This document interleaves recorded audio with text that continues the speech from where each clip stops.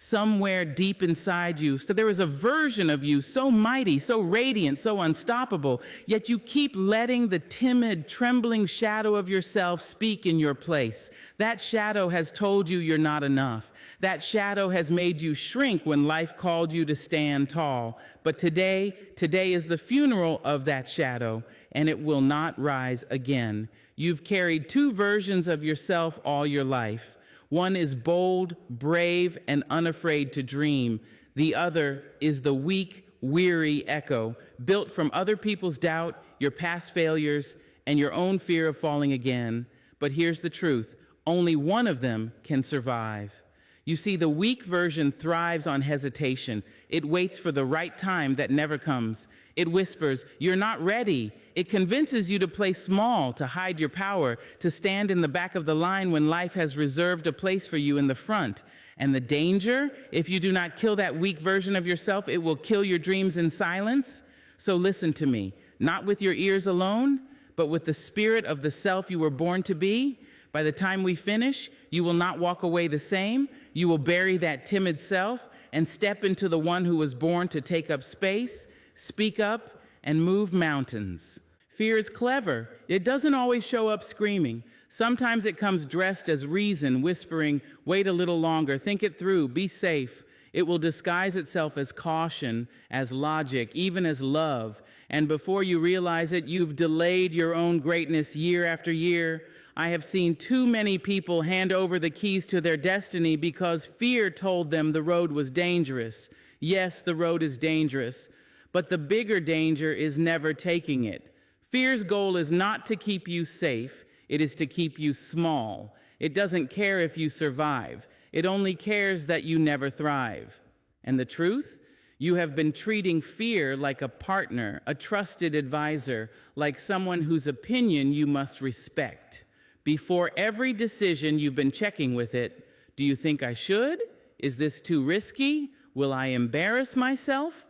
And fear, faithful to its nature, always finds a reason to keep you exactly where you are.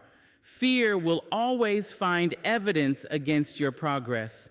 It will take your past mistakes and use them as proof that you are not ready. It will take someone else's failure and hold it up like a warning sign with your name on it. It will take your deepest insecurities and dress them up as facts. And you have been listening. Think about this. Every time you wanted to speak up but didn't, every time you wanted to try but decided to wait for the right time, every time you told yourself, "I'll start next month," fear was at the table, nodding in approval. And because you treated it like an honored guest, it kept returning. Let me tell you something. Fear cannot be reasoned with. You cannot negotiate with it because it does not want compromise. It wants control. It is like a vine around your spirit. You give it a little room to grow, and it will wrap itself tighter and tighter until you can barely breathe. But here is the dangerous part. Fear often feels like safety. You think you are protecting yourself, but you are actually imprisoning yourself. You think you're being wise, but you're really just being still, and the world will never call you out for it because fear's comfort is socially acceptable. People will applaud your patience when really it's paralysis. They will praise your caution when it's really cowardice.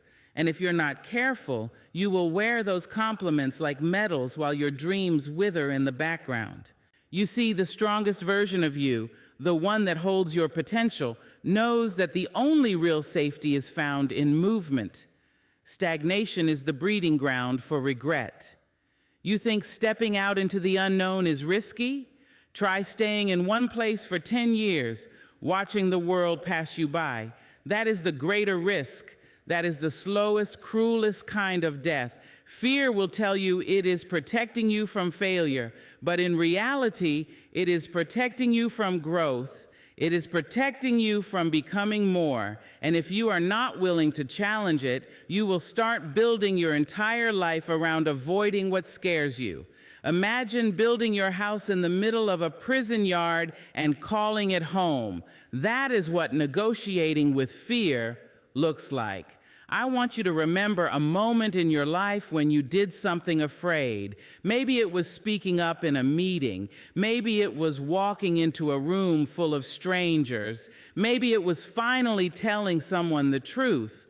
Whatever it was, I guarantee you walked away stronger. I guarantee something in you expanded. And I also guarantee that fear was wrong about how dangerous it would be. That's the thing. It is almost always wrong. Fear is not a prophet, it's a liar with a megaphone. It is loud, but it is not accurate. It predicts the worst possible future and sells it to you as inevitable. But the real tragedy is not that fear lies, it's that you keep buying the same lie again and again. And you buy it because it is familiar. You have lived with fear for so long that you mistake it for truth. It feels like part of you, but let me remind you, fear is not you. It is a squatter living rent-free in your mind. It produces nothing, builds nothing, gives nothing, and yet it eats everything. Your time, your energy, your opportunities. There is a day you will look back and realize that fear stole years from you. You will see all the places you could have gone, the things you could have done, the people you could have met, the life you could have lived, and you will realize that the door was never locked. You were simply too busy asking fear for the key when it was already in your hand. So here is the shift. You stop asking fear for permission. You stop presenting your dreams to it for approval. You move forward without its blessing. You tell it, I hear you, but you don't get a vote. And at first, fear will fight back. It will turn up the volume. It will remind you of every failure you've had and every weakness you carry. It will try to scare you with what ifs. But something beautiful happens when you start acting without negotiating with fear. You begin to teach yourself a new truth, that fear has no real power unless you hand it the reins. Every time you step forward without its permission, you weaken it. Every time you take a risk despite its voice, you shrink it. And one day, you will wake up and realize that fear no longer sits at your table. It's been relegated to the back of the room where it belongs. You were not made to be ruled by fear. You were made to be led by vision. And vision does not negotiate with what holds it back. It breaks through. There was a time when you didn't question the way your soul reached for things.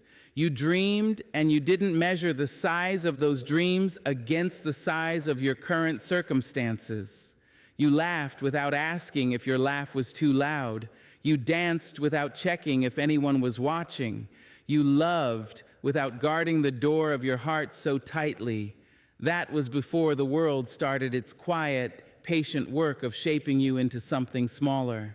You came into this world as fire, bright, alive, and unafraid to take up space. But somewhere along the way, someone decided you were too much, and you listened.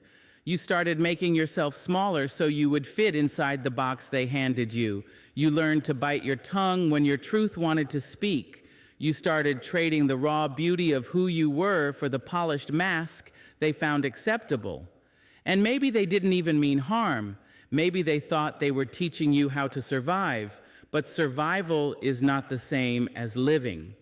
In the name of being practical or realistic, they took the edges off you.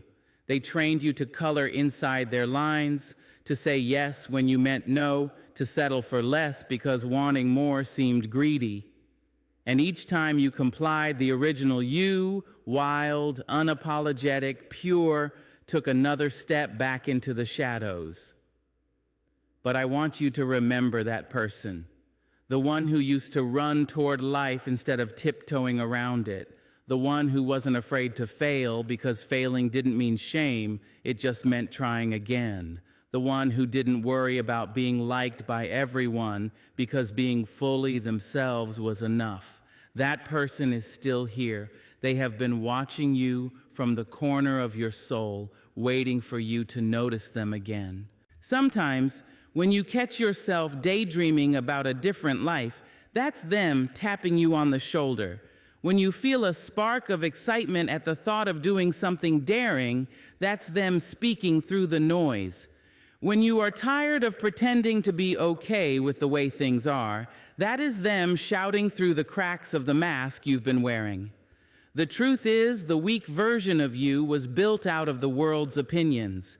It is stitched together with every moment you chose comfort over authenticity. It wears the voices of your critics like a coat. But the original you, that one was crafted before the world could touch you. That one is clothed in courage and possibility. That one doesn't care about fitting in because they were born to stand out. You see, the danger of forgetting who you were is that you start to think the version you've been living as is the real you. You begin to believe that the cautious, hesitant, overly agreeable person you've become is all you can be. And if you live like that long enough, you will bury your original self so deep that you'll mistake the silence for peace. But there is no peace in pretending. There is no joy in living a life that was pre-approved by someone else's comfort zone. The moment you stop chasing their approval and start listening for your own voice, you will remember. You will remember the way you used to speak your mind without editing yourself. You will remember the way you used to dream without asking for permission. You will remember the thrill of living for the experience, not for the applause. It is not too late. You have not gone too far down the road of pretending to turn back. That childlike, fearless, unfiltered version of you is not gone.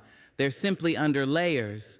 Layers of expectation, layers of fear, layers of shame, layers that were never yours to wear in the first place. You have to peel them back. And yes, it will feel uncomfortable. The world trained you to believe that being your true self is risky. But here's what's more dangerous: living an entire lifetime as a watered-down version of yourself, and then, at the very end, realizing you never let your soul breathe. When you remember who you were, something shifts. You stop seeking permission to live the way you want. You stop apologizing for your energy. You stop explaining your worth to people who are committed to misunderstanding you. You begin to live in a way that makes you feel alive, even if it confuses those who liked you better when you were quiet. And I will tell you this, when you start living as the real you, not everyone will celebrate it. Some will feel threatened because your courage will shine a light on their own fear. Some will resent you because they preferred the version of you that made them comfortable. But that is not your burden. You are not here to make people feel safe in their smallness. You are here to remind them, by example, that they too have an unfiltered, fearless version of themselves waiting to be remembered. Think about it. Every person you admire, every soul whose story moves you, they are not extraordinary because they never had fear or doubt. They are extraordinary because they remembered who they were and refused to let the world make them forget again. The weak version of you will tell you it's easier to keep playing the role you've been given. But the real you knows that easy and fulfilling are not the same thing. The real you would rather fail at something true than succeed at something false. The real you knows that your purpose was not written in someone else's handwriting. It was carved into you before you ever spoke your first word. And so remembering is not just nostalgia, it is rebellion. It is a declaration that you will not be molded into something smaller just to make life easier for others. It is an act of war against every voice, external and internal, that told you to quiet down, to wait your turn, to stop asking for so much. You were never asking for too much. You were simply asking to live as you truly are. And that is not too much. That is the only thing worth asking for. You have been told, directly or indirectly, that your strength is too much, that your confidence makes others uncomfortable, that your clarity sounds like arrogance, that your light blinds those who have chosen to live in the dark. And somewhere along the way, you believed them. You started toning yourself down, softening your voice, folding your wings so you could fit in the cages they built for you. I want you to hear this. Strength is not the problem. their smallness is. There is a world of difference between humility and self-erasure. Humility is knowing you are powerful but not needing to shout it in every room. Self-erasure is pretending you are less so, others won't feel insecure. One is grounded in self-awareness. The other is born from fear. Too many of you have mistaken one for the other. You apologize when you speak with authority because you don't want to seem too confident. You downplay your accomplishments because you're afraid someone will call you proud. You hide your skills so no one thinks you're showing off. You've been trained to believe that being powerful is dangerous, that being strong will leave you isolated, that being excellent will make you a target. And the truth? Sometimes it will, but that is not a good enough reason to shrink. Your strength is not here to please them. It is here to serve your purpose. Every time you hold back, you are not protecting their feelings. You are betraying your own calling. You have a responsibility to the gifts you were given. Hiding them is not humility, it is negligence.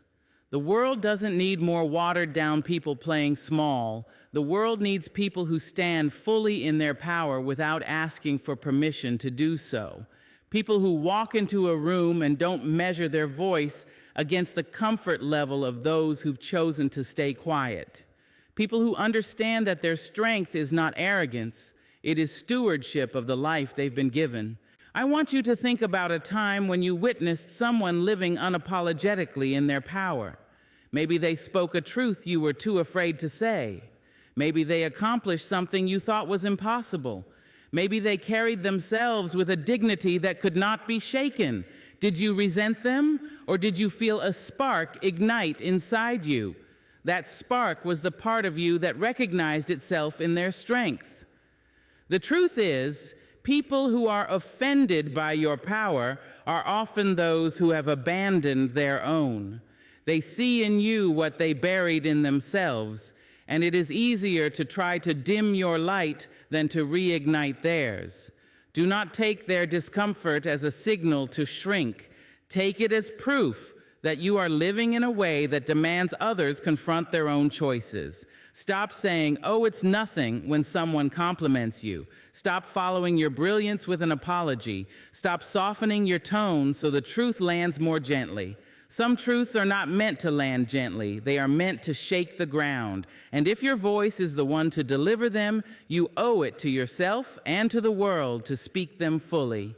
Your strength was not given to you to make you easy to digest. It was given to you so you could move mountains, break chains, and shift atmospheres. And that kind of power is never comfortable for you or for anyone else. But comfort is not the goal. Transformation is. Do not confuse being liked with being impactful. Being liked is easy. Blend in, agree with everyone, never speak too loudly, and you will collect approval like trinkets. But you will also collect regret. Being impactful requires the courage to be misunderstood. It requires you to stand tall when the crowd leans away. It requires you to live in such a way that your absence would be felt if you were gone. You are not here to make everyone feel at ease. You are here to live in such a way that others remember it is possible to be fully alive. And that means owning your strength without apology. There will be people who accuse you of being intimidating. Let them. Intimidation is not something you do. It's something they feel when confronted with a version of themselves they have not yet stepped into. Do not shrink to soothe them. Instead, invite them by your example to rise. I know why you've been apologizing for your strength. You were taught that strong people are too much, that women who speak boldly are aggressive, that men who show leadership are overbearing, that leaders who don't bend to popular opinion are arrogant. But these labels are just the vocabulary of the weak to explain away the discomfort of witnessing strength in action. Strength is not loudness for the sake of loudness. It is clarity of purpose. It is a refusal to be moved by fear. It is the courage to carry responsibility without letting it crush you. And when you embody that, it will feel foreign to people who have only ever known compromise. Do not apologize for your ambition. Ambition is not greed, it is the hunger to fulfill your potential. Do not apologize for your intelligence. Intelligence is not arrogance. It is the tool with which you carve out your place in the world. Do not apologize for your standards. Standards are not snobbery. They are the boundaries that protect your peace and your value. And above all, do not apologize for taking up space. You are not an accident. Your presence here is not a coincidence. The universe did not go through the trouble of breathing life into you just for you to fold yourself into the smallest possible shape. When you own your strength without apology, you send a message to the world. I am not here to be convenient. I am here to be true. And the people who are meant for you will not only understand that, they will celebrate it. Those who cannot handle your full light are simply not meant to walk with you in its glow. Do not dim yourself to keep company with those committed to the shadows. Your strength is a gift. Stop treating it like a problem.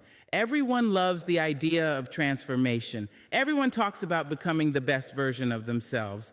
But when the conversation shifts from inspiration to discipline, the room gets quiet.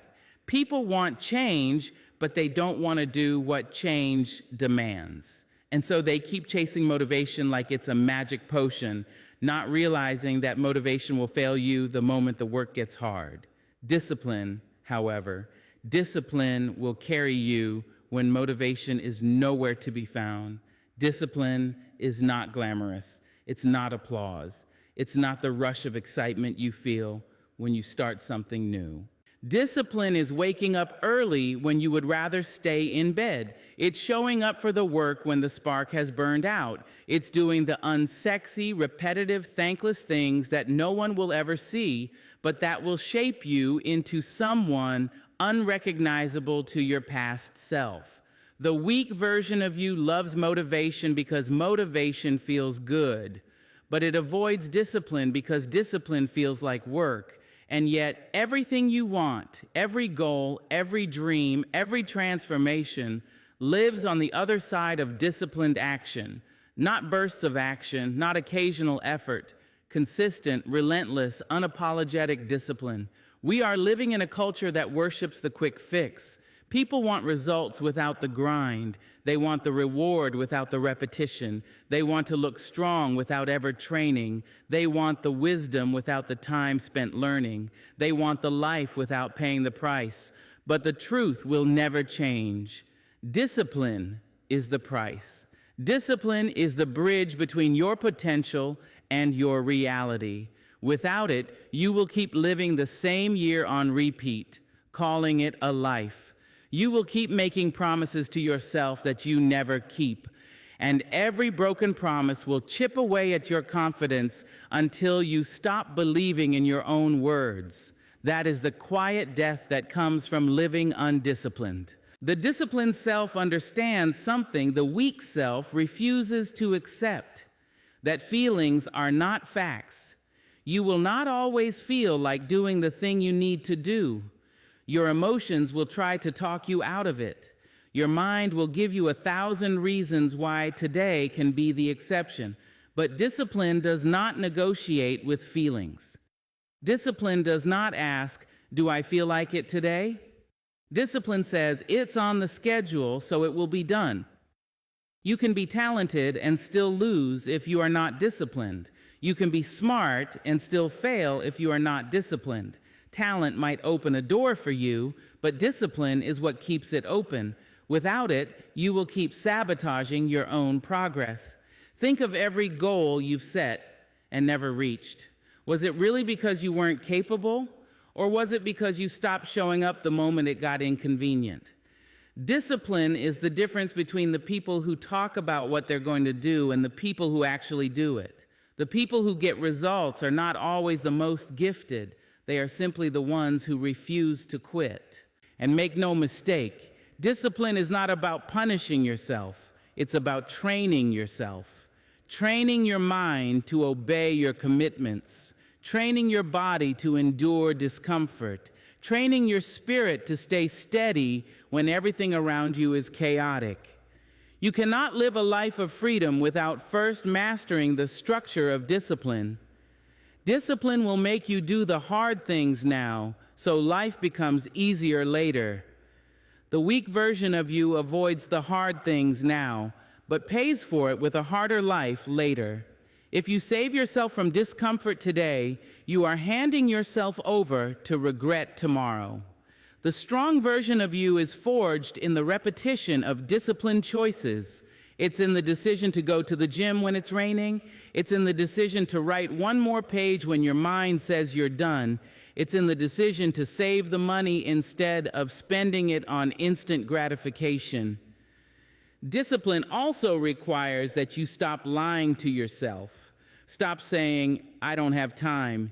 You have time, you're just giving it to things that don't matter. Stop saying, I'll start tomorrow. Tomorrow is a habit, not a day. Stop saying, I can't do it. You can. You just don't want to pay the price. You will not always see the results right away. Discipline is planting seeds when the soil still looks barren. It's trusting that the work you put in today will bear fruit in a season you can't yet see. Most people quit because they don't see instant results, but you must be willing to outlast the season of invisibility. Your results are growing even when they're not visible yet. And here's something else. You cannot outsource discipline. You can hire coaches, join programs, read books, listen to speeches.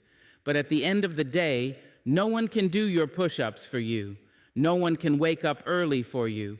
No one can replace the hours you must put in. People can encourage you, guide you, even inspire you, but only discipline will transform you. If you make discipline your closest friend, you will stop being controlled by the weather of your emotions. You will stop living by the fragile currency of motivation. You will start to trust yourself because you will know, deep in your bones, that when you say you will do something, you will. And when that happens, you become unstoppable. Not because life suddenly becomes easy, not because you stop facing challenges, but because you have built the strength to keep going no matter how you feel. You stop being a prisoner to your moods. You stop being a victim of your own excuses. You become the kind of person who moves forward no matter the season, no matter the storm. Discipline is not the enemy of freedom, it is the foundation of it. Without discipline, you will always be at the mercy of whatever feels good in the moment. With it, you gain control of your future, and there is no greater power than that. If you spoke to the people you love the way you speak to yourself, would they still feel safe in your presence? Would they still feel valued, cherished, and worthy? Too many of us are fluent in encouragement when it comes to others, but fluent in cruelty when it comes to ourselves. We know how to lift a friend, comfort a child, or inspire a stranger, but when we are alone with our own reflection, the voice turns sharp, unforgiving, and cold. You cannot build a strong version of yourself with words that tear you down. You cannot expect to rise while telling yourself you are not enough. You cannot demand greatness from yourself while feeding your mind a steady diet of insults and doubt. Words are seeds, and the ones you plant in your own mind are the ones you will harvest. Some of you are walking around carrying the weight of decades of self-talk that was never kind. You have called yourself names in your head that you would never dare speak to another person. You have criticized your own reflection until you believed the lies. You have let your mistakes define your worth. And because this voice has been with you so long, you have learned to mistake it for truth. But it is not truth, it is a habit. Think about the way you speak to a friend who has failed. You remind them of their worth. You tell them one mistake does not erase their value. You encourage them to try again. Now, think about the way you speak to yourself when you fail. Is it the same, Or do you call yourself lazy, stupid, incapable? Do you drag yourself through a trial harsher than any enemy could deliver? You must understand this. Your inner voice shapes your identity, and your identity shapes your behavior. If you constantly tell yourself you are weak, you will act in ways that confirm that belief. If you constantly tell yourself you are capable, you will act in ways that prove it true. Your mind is always listening, always recording, always turning your words into your reality. The weak version of you thrives on the poison of self-criticism. It uses your own voice to keep you small. Every time you speak to yourself with contempt, you hand it more power. But the strong version of you is nourished by encouragement, by belief, by compassion. It cannot grow in a hostile environment. Some of you think being kind to yourself is weakness. You think you must be hard on yourself to stay disciplined. But there is a difference between discipline and abuse. Discipline says, you're capable of more, so let's work for it.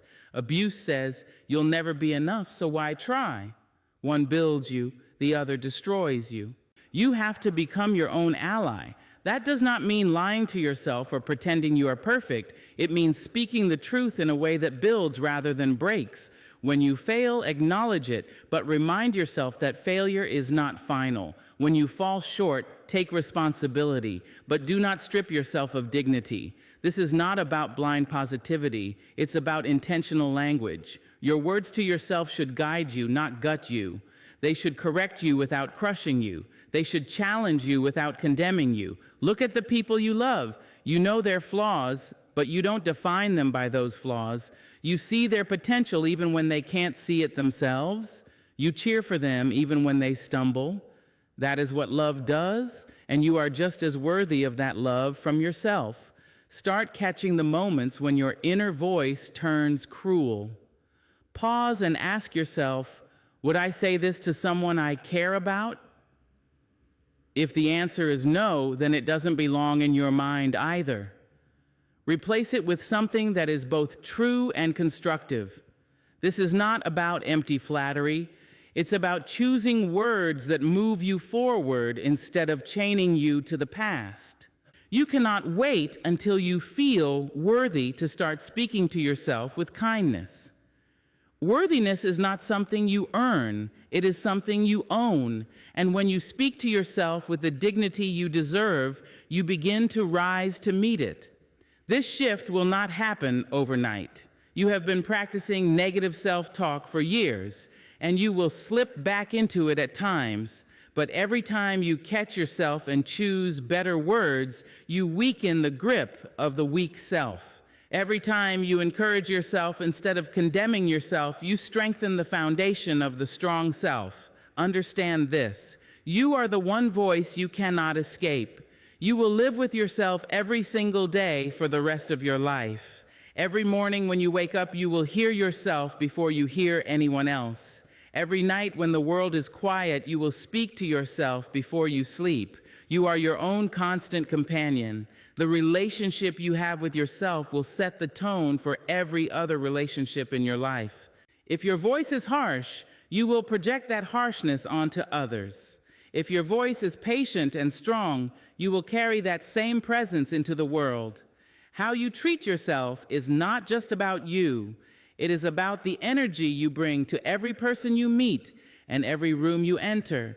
There is power in deciding that you will no longer be your own enemy, that you will not let the loudest critic in your life live in your own head, that you will speak life into your own bones, even when you are tired, even when you are scared, even when you feel like you are failing. Because here is the truth. If you will not fight for yourself, it will be easier for the world to fight against you.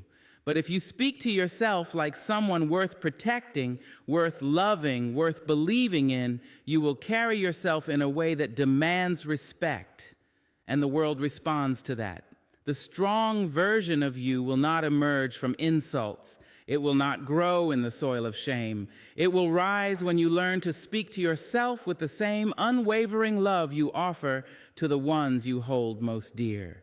That love will not make you weaker. It will make you unstoppable. There will never be a perfect day when the skies open up, the stars align, and the path ahead is bathed in golden light, free from doubt or risk. Yet this is what the weak version of you keeps waiting for: a mythical moment when every question has an answer, when every piece of the puzzle is neatly in place, when fear has been completely erased. That day will not come. And the longer you wait for it, the more life you waste standing still. Readiness is not a starting point, it is a result. You do not feel ready and then act. You act, and through the doing, readiness is born. Think back to the first time you tried anything worth learning: riding a bike, speaking in public, showing up to your first day at a new job, opening your heart to love. You weren't ready. You were clumsy, nervous, and unsure. But through motion, through putting one foot in front of the other, you became ready, you became skilled, you became confident. The weak version of yourself will try to convince you that hesitation is wisdom, but it is often just fear wearing the mask of caution. Every opportunity that has ever truly mattered in your life came with uncertainty wrapped around it. Every great story begins with someone stepping into the unknown, not because they had every answer, but because they refused to wait until they did. The weak self avoids the unknown as if it were a threat. The strong self walks into it like a friend it hasn't met yet. If you're standing at the edge of a decision right now, whether it's starting a business, speaking your truth, moving to a new city, ending a toxic relationship, or sharing your art with the world, you must understand that fear will not disappear before you leap. The fear will travel with you. But here's the secret: fear can only lead if you give it the wheel. Once you start moving, fear is forced into the passenger seat. It may still talk, but it no longer drives. The weak self is obsessed with preparation to the point of paralysis. It tells you just one more class, one more book, one more plan, one more day of thinking. And while you're stacking up one more after one more, the world moves on without you. The strong self understands that preparation has its place, but action is the real teacher. The first step, however imperfect, will teach you more in a week than a year of overthinking ever could. Here is the truth you must accept: the moment you start moving, you will not be fully ready, and that's the point. The gap between where you are and where you want to be can only be crossed in motion. The bridge is built as you walk across it. Those who insist on seeing the whole bridge before they take a step will never leave the shore. Think of the people you admire, the leaders, creators, innovators, and warriors of history. They did not wait for certainty. They acted with what they had, where they were, and trusted themselves to figure the rest out along the way. The painter does not wait to feel like a real artist before touching the canvas. The speaker does not wait until the trembling stops before stepping onto the stage. The parent does not wait until they've mastered parenting before holding their child for the first time. Action births ability. And this is where your life can change, not in the distant someday you've been promising yourself, but in the bold choice to act now in the middle of your doubts, in the presence of your flaws. That is where strength is forged. That is where courage is proven. That is where your potential is unleashed. The weak self will whisper that you'll embarrass yourself, that you'll make mistakes, that others will see your imperfections. The strong self knows that embarrassment fades, mistakes are lessons, and imperfection is proof you are human. Every stumble is a step closer to mastery. Every awkward beginning is the price of eventual greatness. You have already survived moments you weren't ready for, some painful, some beautiful. You adapted, you learned, you grew. That's proof enough that you can do it again. The question is not whether you are capable, but whether you are willing to trust yourself without waiting for the false comfort of perfect timing. Life does not pause for you to prepare. Opportunities will come and go while you stand there measuring the temperature of the water. The strong self jumps in and learns to swim with the current. It does not wait for the river to slow. When you act before you feel ready, you declare to the world and to yourself that you are more committed to growth than you are to comfort. You stop making fear your decision maker and start making your vision the one in control. You stop waiting for confidence and create it with each imperfect step. If you can remember one thing, let it be this: readiness is a myth, but momentum is real. Every giant leap starts with a trembling foot. Every bold move begins with a voice that shakes. And if you are willing to act in the presence of that trembling, you will awaken the strongest, most unstoppable version of yourself. Because the truth is, you are not meant to stand still in the waiting room of your own life. You are meant to walk through the door, ready or not. When you walk out of this room or close this page, there will still be two of you. The question is, which one will you feed? Which one will you choose to live? Bury the timid shadow. Mourn it if you must, but do not resurrect it. Because the world is not waiting for your excuses. It is waiting for your arrival. And you, in your truest form, are long overdue.